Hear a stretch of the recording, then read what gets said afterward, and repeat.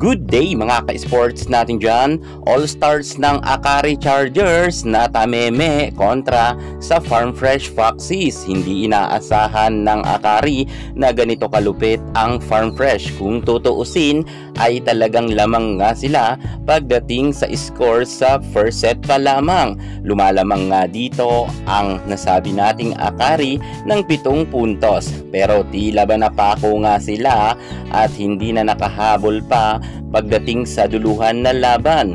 Naging maganda ang opensa at depensa ng Farm Fresh kontra sa Akari, at ang Akari naman ay tila ba natameme na at napako na nga sa kanilang scores. Partida pa yan, hindi pa naglaro ang ibang mga star players ng nasabi nating Farm Fresh. Kung naglaro pa yan, di mas lalong natambakan dito ang Akari. Akari All-Stars, marami ngayon nagsasabi na tila ba di umano ay humina na. Anong nangyari sa ating IB Laksina at ang ating magaling na si Soltones at Soyod at nariyan pa si Nisperos? Bakit hindi umubra ang Akari? Saan ba sila nagkulang at ano-ano ba ang mga dahilan kung bakit natalo ang Akari Chargers sa loob lamang ng 3 set? Hindi mo lang sila nakaisang set. Alamin natin ang buong detalye, pero bago ang lahat, subscribe ka muna. Click ang ating notification bell para lagi kang updated sa lahat ng issue sa volleyball. Susunod na!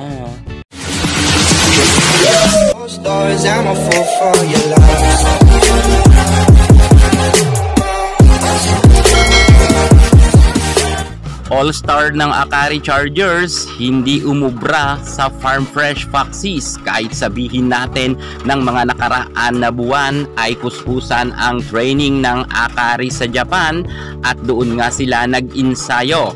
Bagamat nagkaroon nga sila ng panalo ng mga ilang araw nang nakalipas, pero sunod-sunod naman ngayon ang naging talo ng Akari. At marami pa silang mga makakaharap na malalakas na team. Ngunit bakit ba hindi umubra ang mga star players ng nasabi natin Akari pagdating nga sa kanilang laban sa Farm Fresh?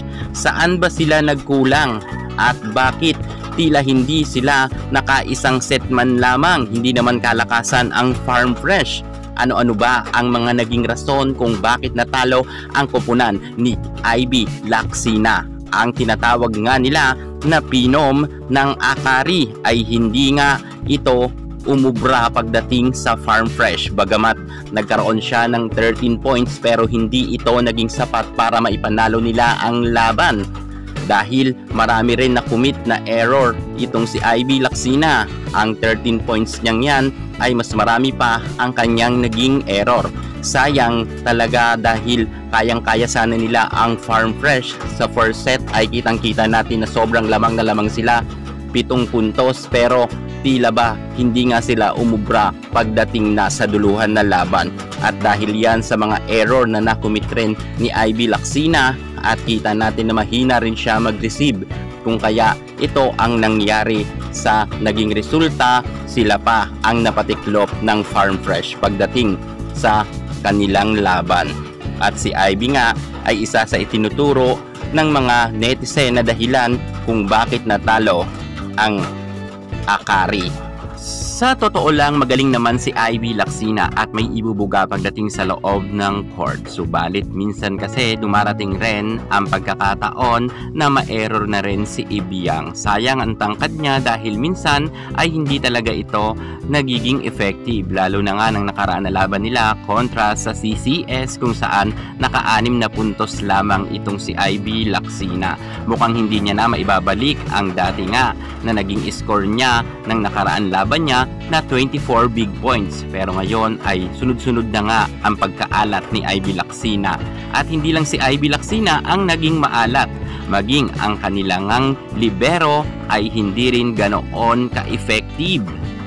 Kitang-kita nga ang butas sa floor defense at mahina nga ang kanilang naging depensa. Ang mga libero nga dito ay tila ba natameme rin kahit ang mga drop ball ni Caitlin Berayman or kahit ang mga quick attack nga nila Tagsip at powerful attack ni Tubu ay hindi nga nila makuha-kuha. talagang nagkulang sila pagdating sa libero.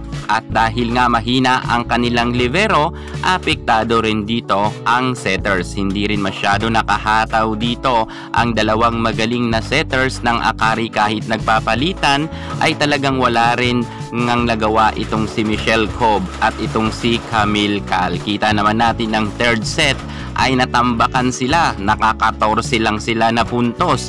So ibig sabihin hindi talaga gumana ang kanilang first ball at ang mga set nga ni Cal ay sumasablay. Tila ba talaga basang-basa sila ng Farm Fresh or sadya talagang lumakas ngayon ang Foxies. Pero naging dahilan yan dahil pag pangit ang first ball, pangit rin ang mga set, kung kaya hindi rin nakahataw masyado ang mga spikers ng Akari Chargers at hindi man lamang sila nagkaroon ng double digits. Si Ivy Lacsina lang talaga ang nagkaroon ng 13 points pero marami naman naging error. Diyan talaga sila nagkulang sa setter, sa depensa at sa mga spikers. At kahit nga mga middle blocker ng Akari ay hindi nga rin umubra at hindi nakabuelo. Well, mga ka-sports natin dyan, ganun talaga. Kahit nga itong si Soltones at itong si Soyod ay hindi nga rin naging epektibo. Dahil nga natambakan nga sila sa third set at kawawa nga sila sa Foxies. Nawalan nga sila ng gana at kitang-kita naman natin yan. Well, ganun naman talaga sa games, meron nananalo at meron natatalo. Siguro, hindi pa panahon muli para makapasok sa Final Four ang Akari. I'm sure 100% hindi na talaga sila makakapasok sa Final Four. Taga nyo yan sa bato dahil kitang-kita naman natin na sobrang dami na nga nilang talo at makakalaban pa nila mga malalakas na team, kaya wala nang pag-asa ang Akari makasama sa Final Four. See you next conference na lang, Akari. Yan muna ang pinaka-latest natin sa mundo ng volleyball. Thank you so much. God bless.